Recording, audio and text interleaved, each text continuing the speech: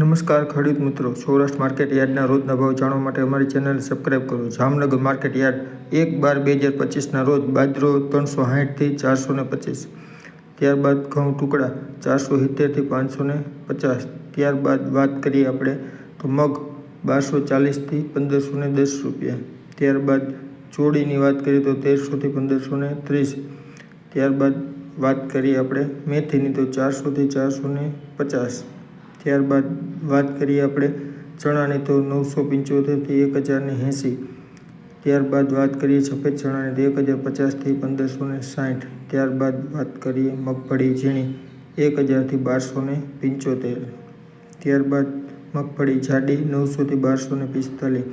ત્યારબાદ વાત કરીએ એરંડાની તો 1100 થી 1325. ત્યારબાદ વાત કરીએ આપણે સફેદ તલની તો 1460 થી 2480.